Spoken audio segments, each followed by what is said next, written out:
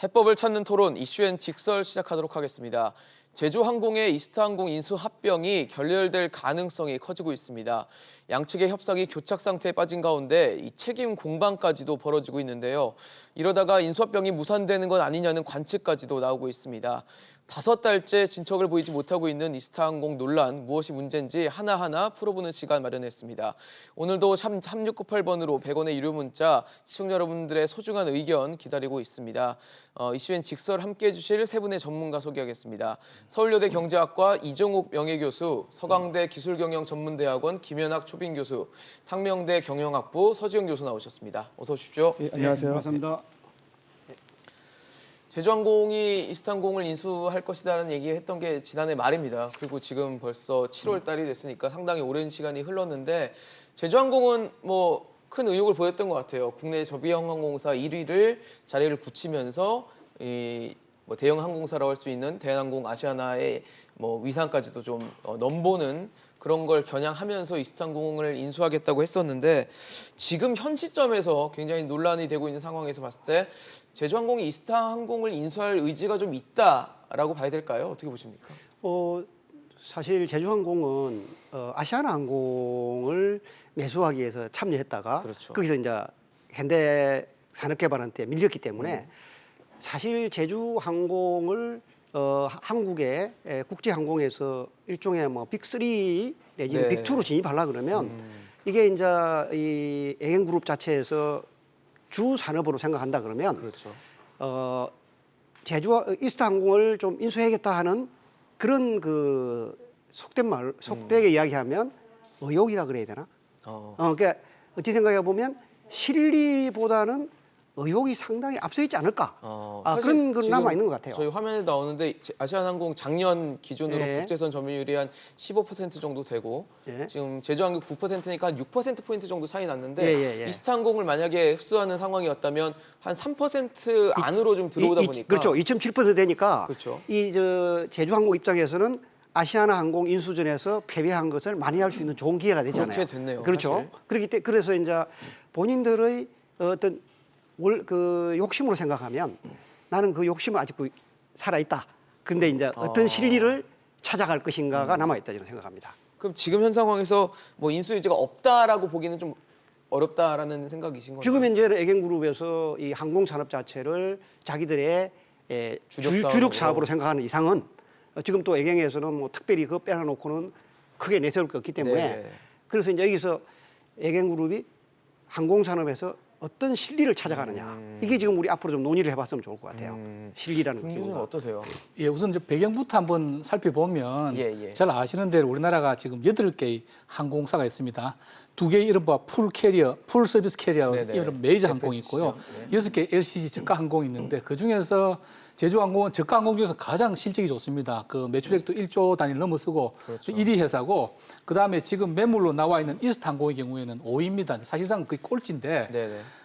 뭐 우리 교수님 말씀하신 대로 애경그룹은 이 항공 운수 사업을 키워보고자 하는 욕심이 많았습니다. 많이 가지고 있습니다. 그래서 작년에 아시아나 인수전에 참여했다가 일단 그 현대산업개발에 고배를 마시고 그 다음에 사실은 코로나 나기 전에 작년에 일본 여행 불매 운동으로 말미암아서 LCC들이 타격을 이미 많이 맞아요. 받았습니다. 그중에서 네. 가장 타격을 많이 받은 것이 이스타항공이고 그래서 경영난을 견디다 못해 매물로 나왔고요. 그래서 작년에 이제 MOU를 체결했죠. 그러면 꽁 대신 달기라고 이제 아시아나 대신에 이스타를 인수하자라고 제주항공이 695억 원에 인수하는 걸 MOU를 작년 말에 체결했었는데 네네. 금년에 들어서 코로나 나고 상황이 좀 바뀌면서 3월 2일에 150억 깎인 네. 545억 원의 이제 계약을 체결했습니다. 그런데 그렇죠.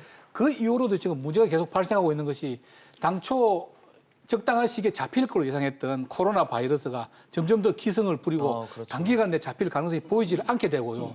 인수 주체인 제주항공마저도 1사분기에 1,000억 이상의 단기 순손실을 냈습니다. 그러다 보니까 상황이 당초에 3월 초에 3월 1일 날 계약을 했는데요. 그 주식 매매 그렇죠. 계약을 체결할 때부터 상황이 나빠진 거예요. 그래서 이거 참 물고 싶은 이거 괜히 인수한다라고 이런 그러게요. 해둔 차에 엊그제 보시면은 그 이스타항공 노조가 대한항공 제주항공하고 이스타항공 경영진 간에 대화를 녹취록. 통화를 네. 녹취해가지고 뭐 강제 구조 조정이다 뭐 이런 것들에 대해서 좀 뭐랄까 좀 강요하는 듯한 그런 뉘앙스를 풍기는 녹취록을 네. 공개했고 이거는 교수님이 지금 뭐 녹취록 말씀을 하셔서 예. 저희가 시청자 여러분들은 녹취록을 못 드신 분들 계실 것 같아서 예. 녹취록이 지금 이스타항공 노조 조종사 노조가 네네. 공개한 녹취록인데 한번 들어보고 예, 이야기를 좀 제가 이어가 말씀드리도록 보도록 하겠습니다. 예. 이제 희망퇴직이나 이런 프로그램으로 들어가야 되지 않습니까? 그러려고 그러면 지금은 셧다운하는 것이 남아있는 예, 예. 사람들에 대해서 그 밀린 임금 이런 것을 제주항공이 해줘야지. 그래야 희망퇴직도 들어갈 수 있고. 일클로징을 빨리 끝내자. 그러면 그거는 저희 할 거예요. 미지급한 거 중에 예. 제일 우선순위는 임금이죠. 네.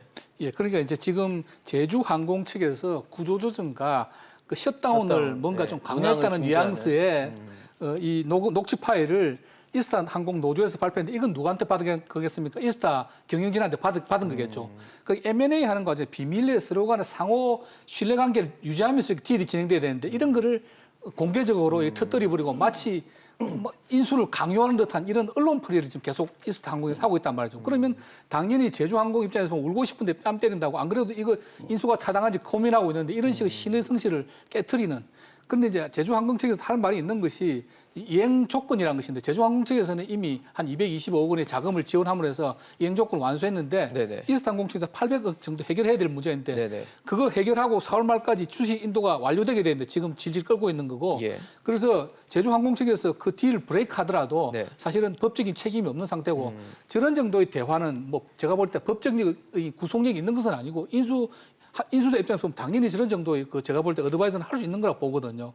근데 저걸 무리하게 이렇게 공개함으로써 양사 간에 굉장히 신뢰관계가 비틀어졌다. 그래서 그렇죠. 제주항공이 이스타항공을 인수할 가능성이 과거보다는 상당히 낮아졌다. 여러 가지 환경 변화나 이런 것 때문에 저는 그렇게 보고 있습니다. 사실 근데 지금 뭐 김현학 교수님께서는 그 일단 제주항공이 인수를 하는 입장이기 때문에 인수하는 입장에서 이 정도의 뭐 조언 정도는 할 수 있다라고 평가를 해주셨는데 사실 지금 노출록을 보면은 당시 이석주 제주항공 대표가 이스타항공 셧다운하는 게 맞다라는 얘기들이 나오는데 그리고 나서 실제로 이스타항공이 지난 3월 24일부터 셧다운에 돌입을 했어요. 그리고 이후 한 넉 달 정도의 매출이 없는 사실상 뭐 제로의 매출을 기록하게 됐는데 제로 매출을 기록하게 된 게 셧다운의 영향이 있으니까 그 셧다운을 얘기한 제주항공의 책임이 일부 있다라는 얘기들도 있거든요. 교수님, 설 교수님은 어떻게 보십니까?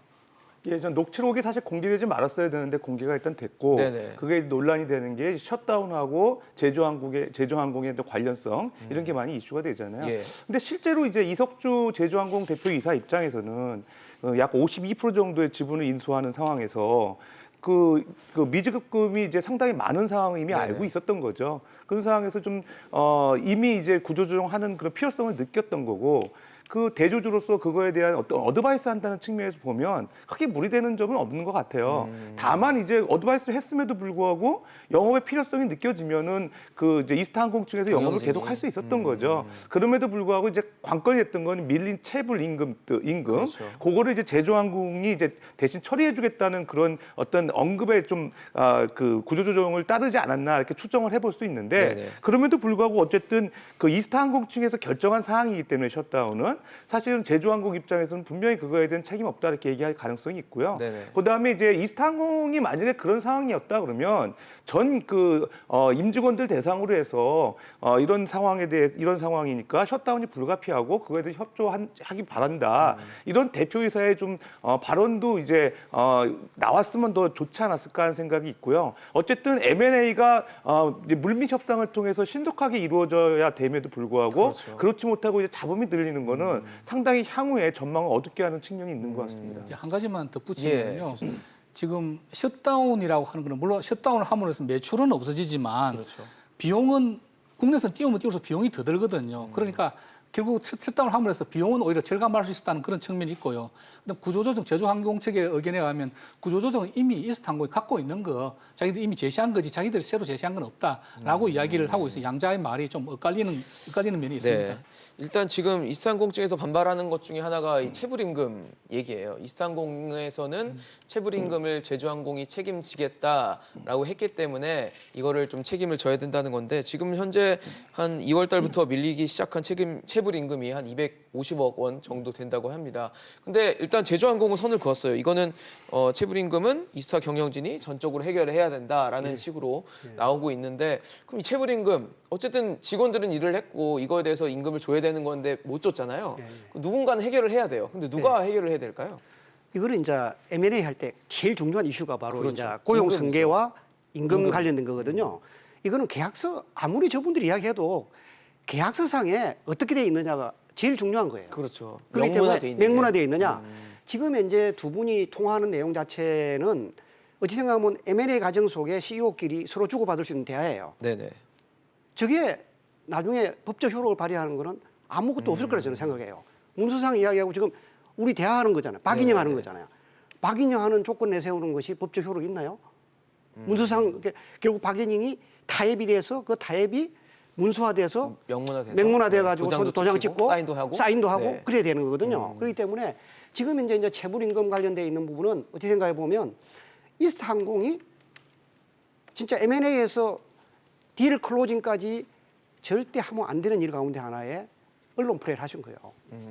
여기에 뭐냐 하면 그렇게 하면 해가지고 국토부 장관까지 그냥 이해관계자거든요. 그렇죠, 그렇죠. 이해관계자예요, 그분들은. 이해관계자인데 이분도 들어와서 M&A에 지금 이제 좀 관여하게끔 만들어놨단 말이죠. 국토부가 항공 허가를 주고 있죠. 그렇죠, 국토부가 네. 하기 때문에. 네. 그냥 이거는 사실 M&A 자체라는 거는 그 이스타항공과 제주항공 사이에 사적 거래에 해당하는 거거든요. 근데 정부가 들어오면 이 사적 계획을 어떻게 하시겠어요? 이제 그다음부터도 문제는 복잡해집니다. 그렇죠. 원래 이제 은행들이나 이런 우리나라 이 항공 산업이 거의 뭐 셧다운해 있잖아요. 네네. 그러니까 정부 입장에서 항공 산업에 전 세계적인 항공 산업 보조금 지급에 관련된 문제는 거의 이제 보조금이라 생각 안 하고 생존 자금이라 생각해서 별 문제가 없이 갈 뻔하고 있는데, 정부가 이런 딜에 끼어들면 그다음부터 정부가 지원하는 지금 제주항공하고 이스타항공 지원 문제는 끊임없이 아마 특혜 논란이 휩싸일 겁니다. 그래서 그렇군요. 일단은 뭐 어쨌든 명문화된 계약서에 따라가야 되는데 이런 육성으로 오간 대화는 뭐 법적 효력도 없을 것이고. 예, 예. 그러면 자연스럽게 이스타가 이 체불 임금을 해결을 해야 된다라는 주장이신 거잖아요. 근데 이스타 소속이니까 지금. 자기 녹취록이 여기 나오는데 김연학 교수님 말씀대로 자꾸 그러면 신뢰를 입원한 사람은 이스타항공이다 이거야.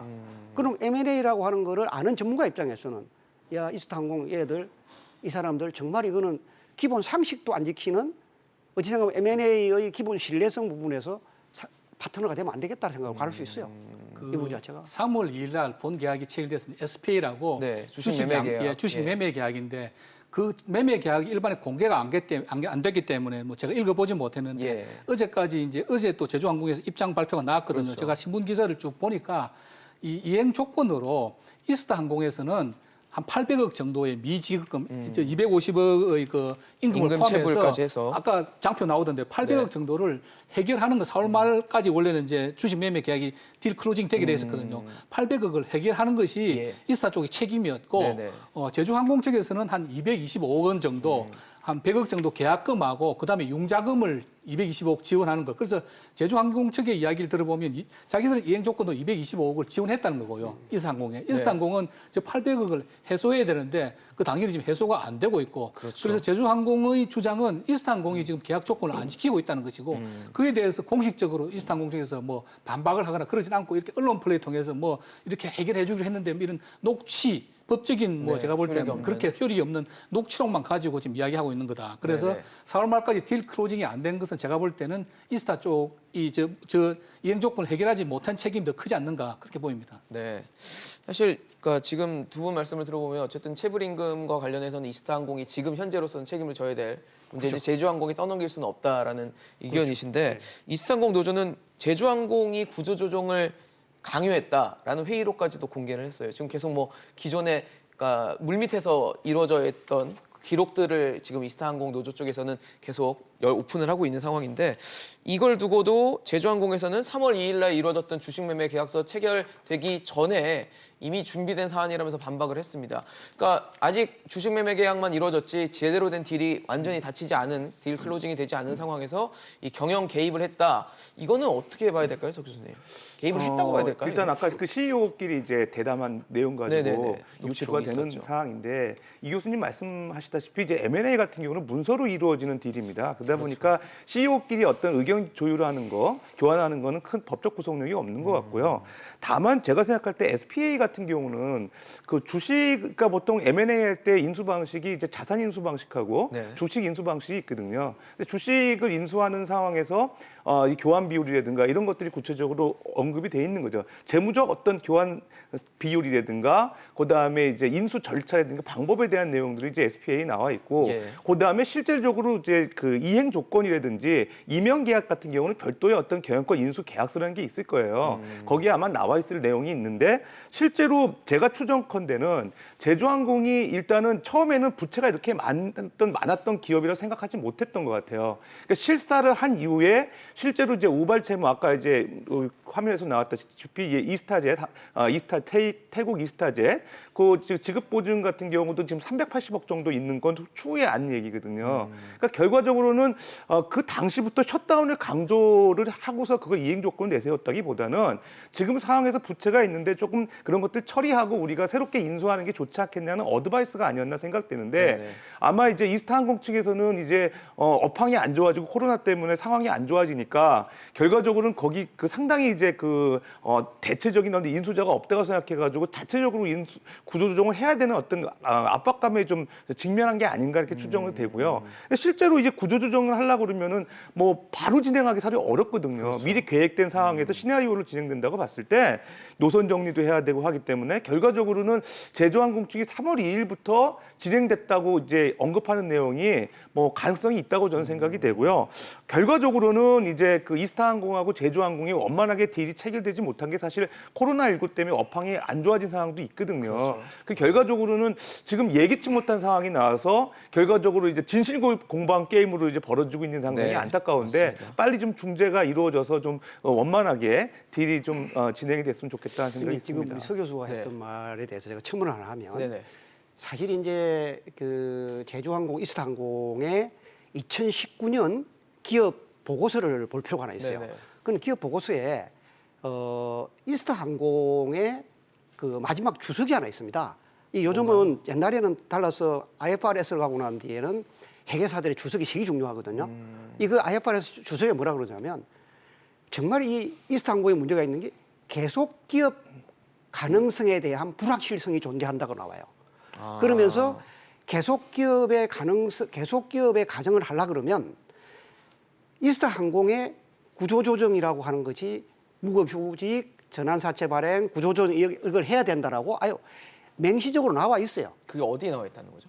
그 회계 이제 1년에 한 번씩 하는 연말 기업 회계 결산 보고서에 네네. 이게 나중에 이제 주주총회에 발표하는 거거든요. 네. 거기에 계속 기업 가정의 불확실성이 존재한다라고 하면서 단기 영업이익 자체가 908억 정도가 돼가 있고 그다음에 자본금 자체도 지금 자본금 계정이 약 631억 정도의 자본금 마이너스가 돼가 있고 이런 것이 되어가 있어서 현금 흐름과 자본 변동 관련된 걸 고려하지 않으면 이 기업은 계속 기업으로서 생존이 불가능할 수 있다라고 아예 기업 그 회계 보고서 주총회에 발표해야 될 보고서에 회계사 의견이 그렇게 돼 있어요. 네. 그러니까 제주항공에서 구조정해야 했다 이런 말은 제가 볼 때는 회계사가 이미 보고서에 써놔놨어요.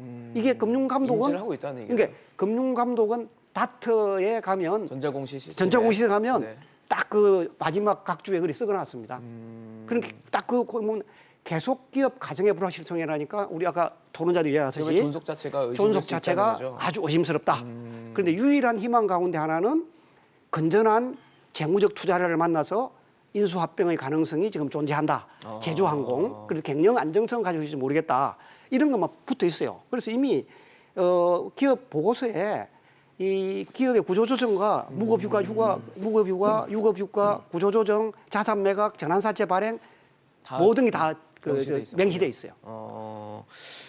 그러니까 지금 세부 말씀을 좀 종합을 해보면 이스타항공 노조 측에서 지금 계속 뭐 오픈을 하고 있는 회의록이라든지 녹취록이라든지 이게 법적 효력이 없고 3월 2일 날 맺었던 SPA라고 부르는 주식 매매 계약에서의 어떤 계약 조건 이런 것들이 굉장히 그러니까 명시되어 있는 조건들이 굉장히 중요하다라고 볼 수 있는데 그래서 제주항공도 뭐 그냥 가만히 있지는 않습니다. 지금 오는 15일로 시한을 정해놓고 이스타항공이 그때까지 15일까지 선행 조건을 이행하지 않으면 계약을 해지할 수 있다라는 식으로 일종의 최후 통첩을 날린 상황인데 글쎄요 현재 이스타항공 상황이 굉장히 뭐 매출도 일어나지 않고 이렇기 때문에 아까 말씀하신 한 800억 정도를 지금 뭐 어떻게 해결할 수 없는 상황이라는 걸 봤을 때는 제주항공이 뭐 사실상 계약 해지를 통보했다 이런 해석도 나오거든요.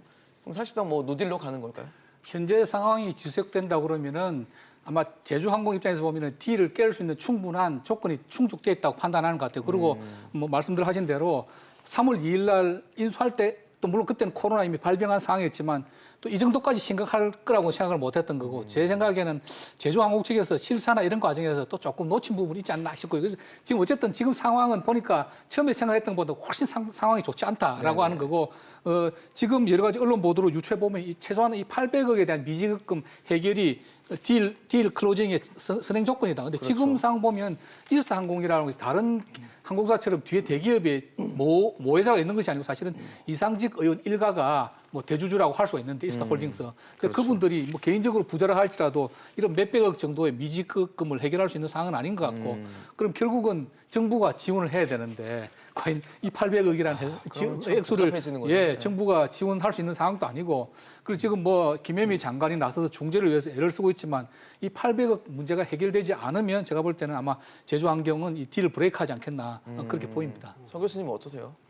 예, 참 제주항공 입장에서는 난감한 입장일 것 같아요. 그러니까 처음에는 여러 가지 뭐 시장 점유율도 확보하고 그다음에 운수권이라든지 뭐 이제 그 인천공항 슬롯 확보, 그러니까 예를 들어서 비행기가 특정 일자 일시에 이착륙할 수 있는 권리 그런 거 확보하는 목적으로 사실은 이제 이스타항공에 관심을 보였던 게 사실인데 지금 상황이 이렇게 되니까 발을 빼고 싶은 게 분명합니다. 지금 현대산업개발 같은 경우도 아시아나 인수전에서 상당히 좀 미온적인 자세를 보이고 있잖아요. 그런 상황인데 결과적으로는 지금 눈치를 보는 게 사실 국토부인 것 같아요. 국토부에서 이제 김현미 장관 같은 경우가 계속 이제 그 M&A 딜을 좀 암묵적으로 좀 성사될 수 있게끔 이제 그 시사하는 발언들을 하고 있고요. 네. 최근에 이제 뭐 AK 홀딩스 이제 부회장도 만나고 부회장 그다음에 만나고. 여러 가지로 이제 딜 성사를 위해서 노력을 하는 것 같습니다. 네. 그러니까 뭐 국토부에서는 이제 어떻게 보면 LCC라고는 하지만은 이 기간 산업이라고 볼 수 있기 때문에 정부의 어떤 경제 활성화 측면에서 산업 지원하는 건 맞긴 한데 네네. 그럼에도 불구하고 제주항공 입장에서는 지금 현재 계약금 한 119억 원, 그다음에 그 경영 안정 자금으로 한 100억 원 정도 빌려준 게 있어요. 그러니까 한 220억 원 정도를 지금 자금을 대여해 준 게 네. 있는데 그걸 자칫 못 받게 되는 거죠. 그렇네요. 노딜을 하게 되면. 그다음에 또 문제가 뭐가 있냐면은 만약에 노딜이 됐을 때 좀 국토부에서 사실 항공산업 허가권도 갖고 있고 운수권 이제 배분의 어떤 그 규제를 할 수 있는 권한이 있는데 그거에서 제주항공이 이제 불이익을 받을 수 있지 않을까 좀 불안한 면도 없잖아 있는 거예요. 그런 측면에서 상당히 좀 어려운 난감한 입장인데 그러네요. 결과적으로는 그러니까 뭐 추정컨대는 본인들이 발을 빼기보다는 이스타항공 측에서 이 딜에 문제가 있기 때문에 좀 없었던 걸로 했으면 좋겠다 하는 게 솔직히 말하는 내심이지 않을까 생각이 되거든요.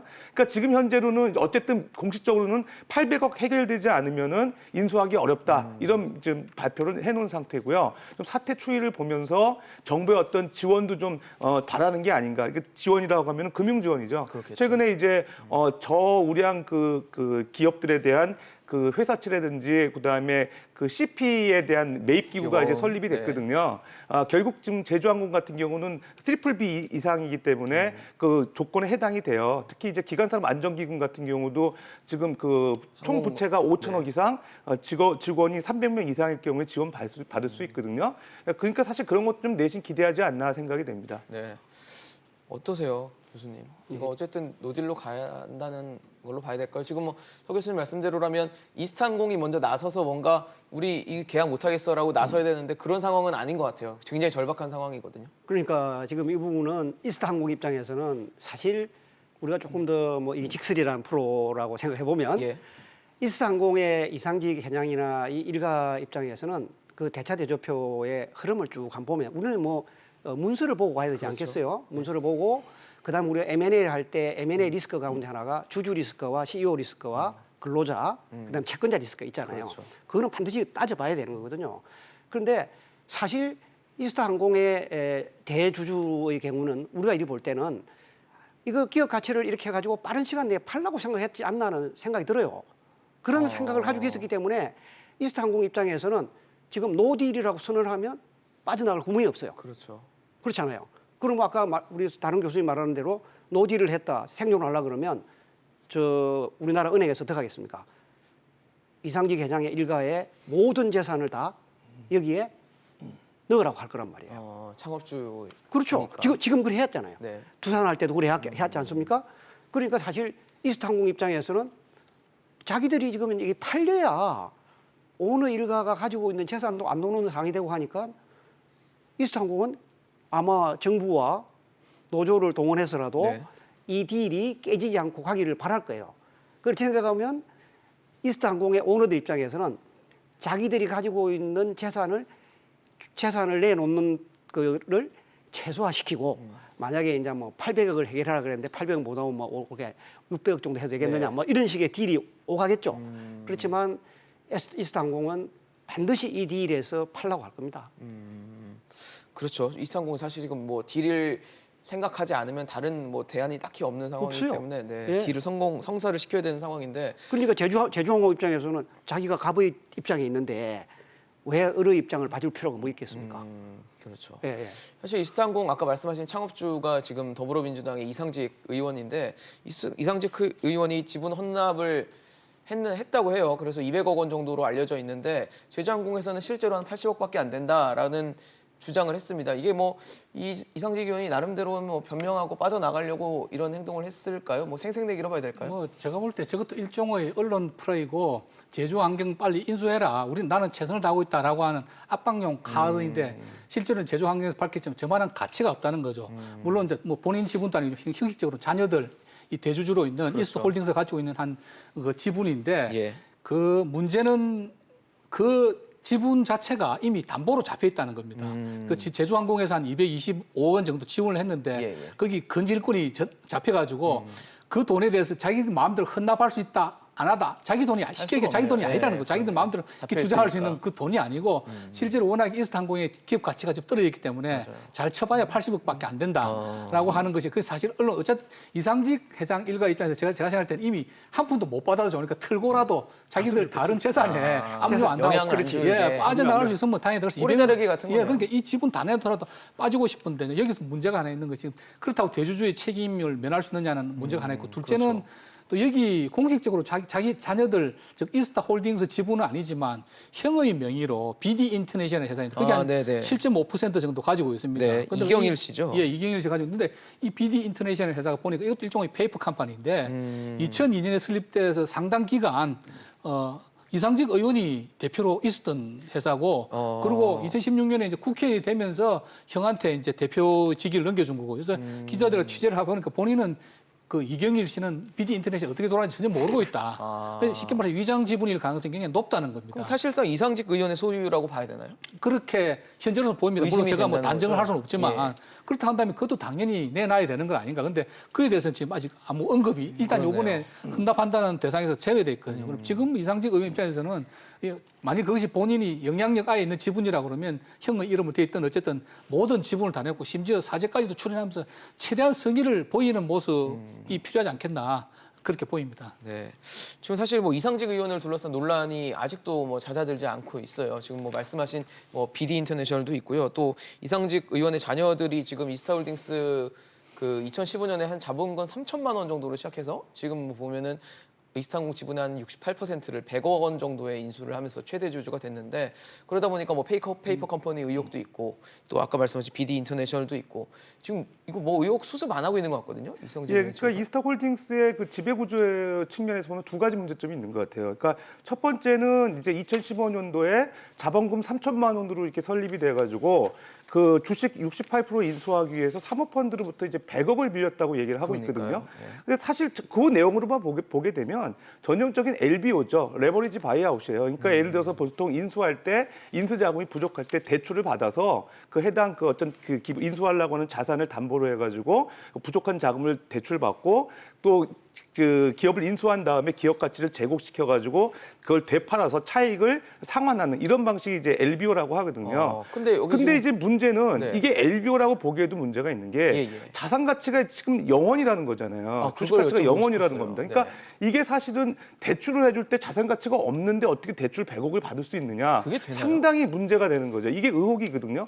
그렇다 그러면 사모펀드에서 실질적으로 이제 그 가족이나 특수관계자가 아니냐 그 돈이 대출해준 돈이 네네. 특수관계자와 관련된 돈이 아니냐 그런 의심을 받고 있는 게 첫 번째 문제라는 거죠. 그러니까 LBO의 전형적인 스트럭처라고 보기에도 의혹이 무리가 가는 있다는 부분이 거죠. 있고요. 예. 이제 두 번째 같은 경우는 지배구조의 또 문제점이 뭐냐면 통상적으로 지금 그 BD 인터내셔널 지분을 한 7.5% 정도 갖고 있는 게 그 형인 이상일 씨가 갖고 있는 건데요. 자녀들이 이경일 지금 씨. 이경일 씨가 네. 갖고 있는데요. 이상직 의원의 그 자녀가 주식 그 대부분을 가지고 있고 그다음에 형이 이제 지배구조의 어떤 측면에서 7.5% 지분 갖고 있는 거는 보통 일반적인 어떤 지배구조 형태가 아니거든요. 형이 지분을 이 7.5% 갖고 있을 이유가 별 좀 명확치가 없는데. 않고요. 그러니까 일반적인 지배구조에서 좀 벗어나 있는 형태고 또 이상직 씨가 정치인이라는 입장 때문에 형이 대신해서 어떤 지배구조에 참여한 게 아니냐는 의심을 받고 있는 문제죠. 예. 그러다 보니까 이스타홀딩스에 대한 지배구조 두 가지 문제가 지금 그 제주항공과의 그 M&A 문제와 엮여지면서 상당히 복잡한 상황으로 그렇네요. 진행되는 상황인 것 같습니다. 교수님 보시기에 어떠세요? 뭐 여기 보니까 의심할 만한 부분들이 꽤 많네요. 지금 이게 저게 보면 정말 우리 학자들 입장에서는 항상 교과서적인 이렇게 무엇이 스탠다드냐. 그렇죠. 그 스탠다드란 말은 그 스탠다드로 했을 때의 리걸 이슈, 즉 법률적 문제라든지 이런 게 자연스레 해결될 거 아니에요. 저 지배구조를 보면 이해 안 되는 게 한두 개가 아니에요. 사실 한번 보십시오. 이스타 홀딩스를 세워가지고 지금 68%를 사들여요. 10%를 담보를 해가지고. 그렇죠. 담보를 해서 오케이 68% 사들이는데 그 이후에 이 주주 구성을 보면 이게 이제 전북이 구주자 보니까 군산시정이 2.1%를 가지고 있고 삼성전건이 3.7% 가지고 이렇게 지배구조 상황을 보면 네네네. 군산시청도 들어가 있어요. 그럼 사실은 이 저런 지배구조 변화를 시키려고 네. 그러면 지금 맨 왼쪽에 예, 군산시청이 들어가 있네요. 있잖아요. 삼성증권도 예, 있고. 예, 예. 분명히 저기 일종의 국민 세금 내가 가지고 하는 거잖아요. 네. 그럼 저기에 저런 지배구조 변동이 있었을 때 뭐라고 설득을 했을 것인지 분명히 서류가 갔을 거라고 그거에 대해서 저기 지금 이원준, 이수지 씨는 이제 이상직 의원의 아들 딸인 거죠. 예, 그렇죠. 거기에 보면 제일 엠펜에 군산시정이 2.1% 있지 않습니까? 그렇죠. 그다음에 삼성전건이 3.7% 가지고 있고 그러면 보면 군산시정은 일종의 정부가 투자한 기관이에요. 그러면 우리가 정부에 투자한 거에 대해서 군산의 군의회도 있고 거기에서 야 이거 어찌 된 거냐 신문 보고 나서 누가 질의응답을 했지 않겠습니까? 그렇겠죠. 그랬는데도 정부 지분이 있는데도 저렇게 이 이상직 씨께서 자기 마음대로 지배구조를 바꾸는 것 자체가 네. 이해가 첫째 안 가고 그다음 두 번째 뭐냐면 지배구조를 바꾸게 되면 금융감독원의 지배구조 변동을 신고하게 돼 아, 있습니다. 그렇죠. 신고해야죠. 그렇지 않습니까? 예. 그러면 저런 지배구조 변동을 신고했을 때 금융감독원 같아서 이상하면 뭔가 한번 체크를 해봐야 될 거 아니에요. 감독기관의 능력을 발휘를 해야죠. 그냥 해야 되죠. 예. 이제 그런 것도 지금 이해가 안 가고 그다음에 이제 저런 경우에 아까 말한 LBO 자산 가치가 제로인데 어떻게 사모펀드에서 80을 받았을까? 아까 서지훈 교수님이 지적하신 부분이랑 그렇죠. 똑같네요. 지금 우리 부동산도 보십시오. 그렇죠. 이해가 안 가죠. 영원인데 어떻게 80억을 이게 빌려줄까요? 우리 보면 부동산도 지금 이제 뭐라 그럽니까? 자금 출처를 대라 아, 그러잖아요. 그렇죠. 자금계획서 내. 자금 계획 되는데 네. 어떻게 저게 담보 가치가 제로인데 80억을 두냐? 거기다가 80 더하기 또 20억이 또 들어와요. 그렇죠. 자금 출처를 밝히지 않고도 사모펀드를 이용해서 저런 벤칭을 할 수 있다 그러면 뭔가 우리나라에서는 이 돈을 뒤로 뺄 수 있는 사모펀드 허점이 과거부터 많이 있었던 거다. 그러니까 저런 게 지금 이제 사모펀드 문제가 터졌잖아요. 제가 이 이야기를 하는 이유가 예. 사모펀드 문제가 지금 터진 게 아니고 이미 사모펀드의 허점을 이용해서 저런 투자가들은 악용을 하고 있었다라고 이야기할 수 있는 거죠. 그러니까 저 지배구조를 보면 보통 사람 그냥 우리 교과서적인 그 관점에서 보면 지금 한두 가지가 아니죠. 뭐. 지금 뭐 저희 화면에도 이스타항공 전무의 발언이 나가고 있는데 뭐 JTBC와 인터뷰를 한 것 같습니다. 거기서 이 기업 가치를 향후에 더 높아질 거라고 봤기 때문에 이런 LBO라는 게 성사가 됐다라는 거예요. 근데 그래서 담보로 잡힌 가치가 0원인 제로인 상황에서 80억 원이라는 막대한 자금이 0원에서 막대한 80억 원을 빌린 그런 상황이 됐다는 건데 이것도 그렇게 일반적이진 않을 것 같거든요. 이스타항공의 기업 가치가 그렇게 높을까요? 이제 지금 두 가지 이슈가 있습니다. 하나는 아직 미성년 시절이지만 이제 작년은 이제 26세로 되어 있지만 이거 시작할 때는 아무런 직업이 없는 미성년 차는 아들은 아직 미성년이고요. 16살이었죠. 예, 3천만 원을 가지고 페이퍼 컴퍼니가 어떻게 이스타 홀딩스를 어떤 뭐랄까 정여세나 상속세를 낸 건지 어떻게 이렇게 대주주가 될 수 있었는지 불분명하죠, 지금. 그 자체가 불분명. 그걸 전형적인 이 편법에 의한 상속이 아니냐, 정리가 아니냐 이런 의심이 하나 있고요. 둘째는 두 분 교수님 지적하셨지만 일단 이스타 홀딩스가 처음에 이스타 항공의 지분 68%를 획득하기 위해서 100억 원의 자금을 동원하는데 네. 80억 플러스 20억 원입니다. 20억 원은 어딘가 빌렸는데 거기에 대해서 출처가 전혀 밝혀지지 나오지 않고 않고 나머지 80억은 자기들이 이미 가지고 있던 이스타항공 지분 10%를 담보로 해서 80억을 빌려서 샀다고 하는 것인데 말씀들 하시는데 이미 담보 가치가 제로라는 거죠. 가치가 전혀 없는 주식을 가지고 어떻게 사모 펀드를 운영하는 사람들이 80억을 대출해 주느냐. 그래서 지금 아직은 굉장히 쓰리고 추측 단계지만 여기 등장하는 인물들이 이 업계에 박모 변호사, 사내 이사까지 한 네네. 그런 옵티머스까지도 요즘 문제가 많은 인구 해자되고 옵티머스 옵티머스도 운용사요. 이 예. 관여했다는 그런 이야기가 나오니까 그러니까 분명한 것은 이 과정이 석연치가 않다. 저도 이쪽 CFO를 하면서 이 대규모 딜을 많이 해봤지만 예. 특히 담보 가치가 없는 80억이 아니라 8억이다 하더라도 아무리 서로 간에 깊은 신뢰 관계를 갖고 있는 투자가 하더라도 왜냐하면 사모펀드라고 하는 거는 펀드 운영자의 돈이 아닙니다. 그렇죠. 각각 투자가들이 모은 이게 거죠. 네. 투자가들한테 모아서 이렇게 만든 펀드가 사모펀드거든요. 규모가 좀 크죠. 일반 공모펀드보다는. 그런데 이 펀드를 가지고 자기들 마음대로 적어도 최소한 그 펀드에 투자한 사람들 동의를 구하거나 물론 블라인드 펀드의 경우에는 일일이 동의를 구할 필요는 없습니다만은 그 과정 자체가 굉장히 불투명해보고 지금 네. 이제 검찰이나 경찰의 수사에 들어갔는데 어쩐지 모르지만 이 과정에서는 뭔가 편법이나 불법이 있었을 가능성이 굉장히 높다고 보이는 거죠. 그러니까 이렇게 의혹이 지금 세 분 교수님이 똑같이 말씀을 해주실 정도로 굉장히 의혹이 명확한 그리고 어떻게든 밝혀져야 될 부분들이 굉장히 많은데 글쎄요 이상직 의원이 지금 논란의 중심에 있지만 딱히 공식성상에서 뭔가 발언을 한다거나 구체적인 해명을 한다거나 이런 모습은 보이지 않고 있습니다. 그러니까 자기는 이제 지분 헌납하면서 해결을 했다 이런 스탠스인지 아니면 지금 장고에 들어간 건지 알 수 없는 상황인데 창업주로서 어쨌든 정치인이기도 하니까 뭔가 책임 있는 자세를 좀 보여줘야 되지 않을까요? 이거 지금 창업주로서 기업이 흔들흔들 하고 있는 상황인데. 네, 그렇습니다. 창업주의자 또 저희 책임감이 요구되는 정치인이잖아요. 그런 측면에서 이제 책임감 있는 그 자세가 필요하고 우선적으로는 이제 그 지분 확보와 관련된 100억 이제 대출 받아서 이스타홀딩스 지분 68% 어떤 식으로 이제 확보가 됐는지에 예. 대한 좀 투명한 절차에 대해서 이제 공개할 필요가 있을 네. 것 같고요. 그 다음에 이제 비디 인터내셔널에 대한 실제적으로는 그 의혹들이 많은데 그렇죠. 그거에 대한 실제 이제 차명인지 아니면 본인 소유인지. 지분인지 네. 그거에 대한 또 확인도 필요하고요. 네. 그 다음에 이제 마지막으로는 이제 그 딜의 성사를 위해서 본인이 지분 헌납을 했다고 얘기는 하고 있는데 네네. 실제적으로 이제 제주항공에서 이제 80억으로 이제 사실 가치가 낮다고 얘기를 하고 있잖아요. 그렇죠. 그렇게 된다고 했을 때 이제 어쨌든 그 이스타항공의 그 홀딩스의 대주주로서 그 직접 전면에 나서서 제주항공하고 원만한 협상이 이루어질 수 있게끔 그 주선하고 또 협조하고 이런 자세가 좀 더 이제 요 제주항공과 이스타항공의 지금 문제를 해결할 수 있는 그런 지름길이 아닌가 생각이 됩니다. 그렇죠, 교수님. 네. 이상직 의원이 뭔가 입장을 내야 되지 않겠습니까? 그러니까 제가 볼 때는 이 문제를 해결하는 키는 이상적 의원이 결국 사제 출연 쪽으로 가야 될 거예요. 왜냐하면 이스타항공 자체가 지금 이제 자본금이 지금 이제 마이너스 상태단 말이에요. 자본 잠시 상태이기 때문에 그렇죠. 지금 이제 체불임금 한 260억. 이제 네. 체불임금이라고 하는 것은 어느 시점을 따라가느냐에 따라서 계속 규모가 또 달라지겠죠. 예. 240, 250, 260 될 거예요. 자, 이 문제를 누가 해결하겠습니까? 이 문제를 해결할 수 있는 사람은 그 사람을 고용해서 갱년에 책임을 진 사람일 거예요. 그렇죠. 직원들이 사실 무슨 죄겠습니까? 사실은 근데 이제 이상직 씨께서는 조모하게도 CEO 자리에서 빠져가지고 자기는 갱년 책임을 안 지고 있는 거죠. 갱년 책임 안 지고 있지만 그렇죠. 대주주의 신분이라는 것은 변화가 없는 거예요.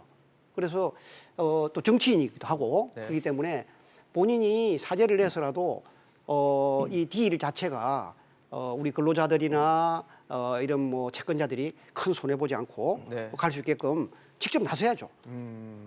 근데 뭐 역시 아직도 이상직 의원이 나서지 않고 있는 상황이다 보니까 앞서 말씀해 주신 것처럼 이제 뭐 정부가 개입할 여지도 계속 시그널이 나오고 있습니다. 김현미 지금 이게 장관도 정권에 굉장히 부담이 되는 거거든요. 이미 이상직 씨가 그냥 자연인이다. 그러면 뭐 사업은 하다가 특히 코로나 사태 같은 경우 네. 누가 예상했었겠습니까? 특히 작년에 일본 불매 운동 그런 것들 때문에 타격을 받아서 경영이 제대로 안 되고 있는 건 사실이고요.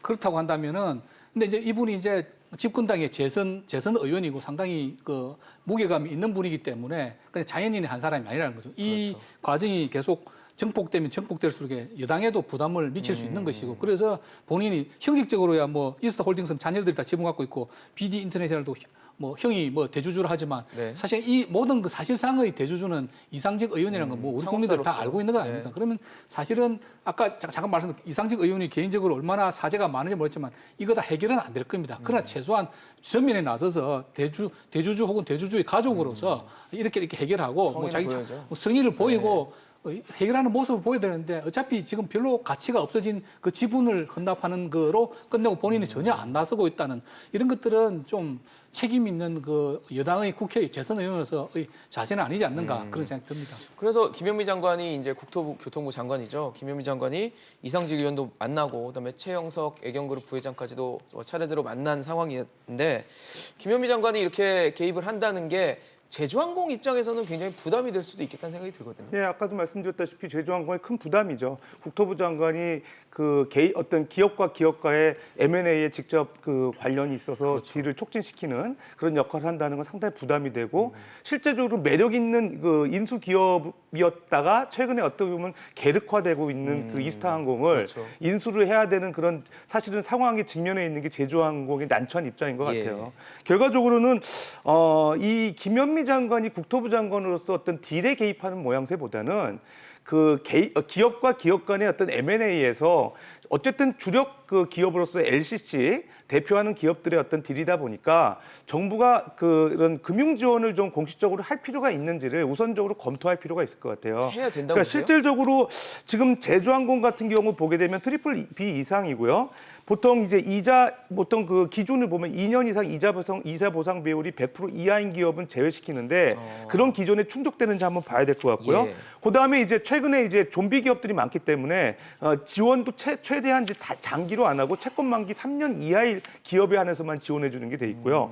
그다음에 이제 또 보게 되면 고용 인원 같은 것도 좀 면밀히 봐서 사실 이번 정권에서 이제 고용 확대에 많은 정책 관심을 갖고 있잖아요. 그렇죠. 그런 측면에서 과연 국민의 혈세를 지원해 줄 만한 기업인지를 판단해서 최근에 이제 여러 가지 그 회사채 CP 매입 기구도 설립이 됐으니 그런 공식적인 절차를 통해서 한번 검토를 한 다음에 지원 여부를 고려하는 게 좀 더 바람직하고 현실적이지 않나 생각이 됩니다. 그럼 기준을 만약에 충족하는 거는 사실 이제 뭐 정부가 판단을 해야 될 입장인 것 같고 정부가 제주항공이랑 이스타항공 M&A를 성사시키기 위해서 좀 금융 지원을 해야 한다고 생각을 하십니까?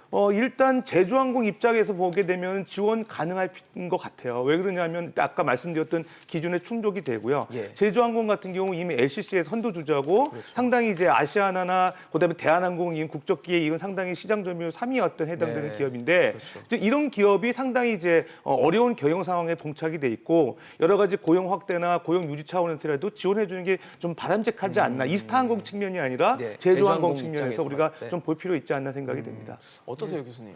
정부가 지원해야 될까요, 금융 지원? 정부가 지원을 해야 되는 부분에 대해서는 저는 뭐 상당히 회의적이세요? 회의적이다. 이를테면 이제 제주항공은 이미 그 LCC 구제 자금을 받았어요. 이스타항공은 못 받았어요. 왜 이스타항공은 지금 이제 그 3월 2일 날 예. SPA를 통해 가지고 주식 매매 계약. 주식 매매를 하니까 인수 합병하는 절차에서 지원해 줄 거다고 받았어요. 그런데 문제는 이스타항공의 그 감사 의견을 보면은 대체 보면 이미 이스타항공은 2019년도에 유동 부채가 유상 자산보도 약 1,200억 정도가 많이 있었어요. 그러니까 그 이미 정도가 많군요. 2019년도에 이 이스타항공은 유동성 위기를 겪고 있었다는 거야. 그렇네요. 그런 거를 갖다가 지금 이제 제주항공이 인수하는 단계에서 이 이스타항공을 지원한다. 예. 이거는 기관 산업 관련된 부분에서는 맞지가 않아요. 왜냐하면 이미 위기 상태에 있기 그렇지 때문에. 코로나19로 인한 유동성 위기가 발생했다 그러면 일리가 있어요. 그래서 이게 진행되려 그러면 아까 우리 선생님도 얘기하듯이 이상직 회장이 나서서 실질적 오너잖아요. 자기가 재산을 출연하고 사전을 등등 하는 출연하는, 거를 네. 했을 때 이걸 그럼 국가는 뭘 생각하느냐. 이스타항공을 파산 청산하는 게 좋은지 정부 자금을 지원해가지고 인수시키는 좋은지를 결정할 수 있는데 네. 지금 이상직 위원의 경우는 그런 식으로 유동성 위기를 만들어 놔놓고 뒤로 빠져가지고 앉아가 있다. 근데 누가 그거에 대해서 인수하는데 동의를 해주겠습니까? 저는 국민으로서 입장에서 보면 국민 세금 내가지고 왜 이상직이 좋은 일을 시켜주냐 이거예요. 그 정부가 금융 지원을 함에 있어서는 저는 우선 눈앞에 급한 불을 끌려고 하지 말고 큰 그림을 그려야 된다고 생각합니다. 그렇죠. 항공운수 사업의 그 구조조정이라는 큰 그림을 가지고 사실 작년에 LCC가 신규로 3개가 면허를 받았습니다. 그렇죠. 그러니까 우리나라 기존의 LCC 6개, LCC가 9개 된 겁니다. 메이저 항공사 2개에다가. 이 좁은 국토에 그렇게 많은 항공사가 필요하냐라고 하는 말이 작년에 호황기 때도 이미 그런 이야기가 있었는데 이렇게 일본 여행 운동, 불매 운동 터지고 또 코로나까지 터지고 보니까 네. 지금 완전히 과잉이라는 게 드러났지 않습니까? 그러니까 정말 국가 기관 산업으로 중요하고 살려야 된다고 그러면은 그 지금 대한항공 같은 경우에는 뭐 국가 제일 산업이고 이런 외부적 요인 때문에 네네. 저렇게 어려우니까 지원하는 건 당연한데 그럼 그 다음에 LCC들에 대한 자금 지원은 장기적인 항공 운수 산업의 전망 그에 따른 그 수요와 공급을 한번 따져보고 해야지 무조건 살려놓고 보면 어떡합니까? 그럼 11개 항공사가 이 좁은 땅들에서 앞으로 다시 5년 동안 경쟁하면, 국제선이 네. 지금 50분의 1로 줄었잖아요. 98%가 줄었는데 계속 항공사 살려놓으면 뭐합니까? 그렇죠. 그러니까 그런 큰 그림을 가지고 그럼 지원을 할 때 어떤 방식으로 지원해야 되느냐. 다만 그럼에도 불구하고 저는 그 지금 이스타항공의 체불 임금 250억 원. 네. 그거는 어떤 형태로든지 대주주가 책임을 지든지 해서 해결을 해야 된다고 직원들에게 보고 지급이 그다음에는 항공 운수 산업의 구조조정이라는 큰 틀 하에서 금융 지원을 정부가 판단해야 되는데 네. 그 부분에 대해서는 아마 그렇다고 한다면은 적극적인 지원으로 결론을 내리기는 굉장히 어렵지 않겠는가 그럴 수도 있겠네요. 하는 그런 생각이 들고요. 그다음에 두 번째로 말씀드리고 싶은 거는 정부가 어떤 결론을 내리더라도 절대 그거를 제주항공에 강요해서는 안 된다는 거죠. 제주항공도 지금 잘 나가다가 1, 4분기에 1,000억 이상 적자가 났고 2, 4분기 적자 폭이 더 커지는데 제주항공 자체도 근실한 회사였는데 지금 뭐 코로나 사태 때문에 어떻게 될지 모르는 그런 상황인데 이런 부실 기업을 또 안겨주면 억지로 안겨주면 본인이 원하지 않는 그런 상황에서 제주항공마저 부실화될 가능성이 굉장히 높기 때문에 네. 제주환경이 정말 경제 논리에 의해서 M&A를 자사의 경영진이 결정하도록 너무 여론에 대한 압박이라든지 정부 네. 정책에 가지고 이렇게 개입이 압박하는 되고. 예, 개입되고 그런 형태는 안 됐으면 좋겠다. 그런 말씀 드리고 싶습니다. 소 교수님 어떠세요? 이참에 항공업계가 사실 뭐 말씀하신 것처럼 항공사가 굉장히 많아서 여기서 오는 뭐 경쟁에서 도태되고 이렇게 시장 논리에 맡겨야 된다고 보세요? 이제 항공, 운수, 뭐 해운, 건설, 뭐 중공업 관련된 그런 산업들은 사실 국가 기관 산업으로 이제 분류가 되고 있고 그렇죠. 거기에 이제 고용된 인원들도 엄청나게 많고요. 많죠. 그다음에 전후방 연관 산업까지 고려하면은 그런 기업들이 연쇄 도산했을 때 문제가 상당히 커지거든요. 정부가 사실 고민이 거기에 있는 것 같습니다. 그래서 여러 가지를 이제 뭐 그 금융 지원 기구를 마련을 하고 시스템을 이제 재정비하고 있는 상황인 것 같은데요. 그런 측면에서 본다고 하면 국민의 혈세가 들어가긴 하지만 일단은 살려놓는 게 대승적으로 맞다고 이제 판단할 수도 있는 문제고 그럼에도 불구하고 일단 그 전망이 좋지 않고 기업 회생 가능성이 나쁘다 그러면은 살리지 못하는 것도 시장 논리인 것 같아요. 예. 그러면 사실 정부가 입장이 사실 거기에 상당히 어려운 것 같은데 그런 부분에 대한 명확한 가이드라인이 필요한 상황인 것 같고요. 어쨌든 제주항공 입장에서는 그럼에도 불구하고 지금 경영이 상당히 어려운 것 같습니다. 예. 당초에 그 업황이 좋았을 때에 비해서 보면 올해 1분기만 실적만 보더라도 1,000억 이상 단기 순손실이 발생이 됐고요. 그렇죠. 그다음에 이제 그 총차입 부채만 하더라도 지금 6,000억 이상이 되거든요. 사실 경영상으로만 놓고 봐도 어려운 상황이에요. 그래서 그런 측면을 어떻게 정부가 고려할지 고민이긴 한데 뭐 제가 뭐 조심스럽게 말씀드리는 측면에서 보면 그 제주항공이나 이스타항공에 고용돼 있는 많은 여러 가지 고용 직원들 감안했을 때는 정부가 최소한의 어떤 지원은 좀 필요하지 않나 생각이 네. 됩니다. 알겠습니다. 사실 뭐 지금 시한으로는 15일까지로 제주항공이 일단 시한을 정해놔서 아직 시간이 있긴 한데 그 시간이 그렇게 길지 않은 시간이어서 이스타항공과의 어떤 M&A가 큰 변화를 맞을 수 있을지는 좀 세부 말씀 들어보면 좀 미지수인 상황인 것 같습니다. 앞으로 이스타항공과 제주항공의 인수합병이 어떻게 흘러갈지 또 변화되는 상황에 따라서 저희도 또 시간 마련해서 전문가들 말씀을 듣는 시간 마련하도록 하겠습니다. 오늘 이종국 교수, 김연학 교수, 서지영 교수와 함께했습니다. 말씀 감사합니다. 네, 감사합니다. 고맙습니다.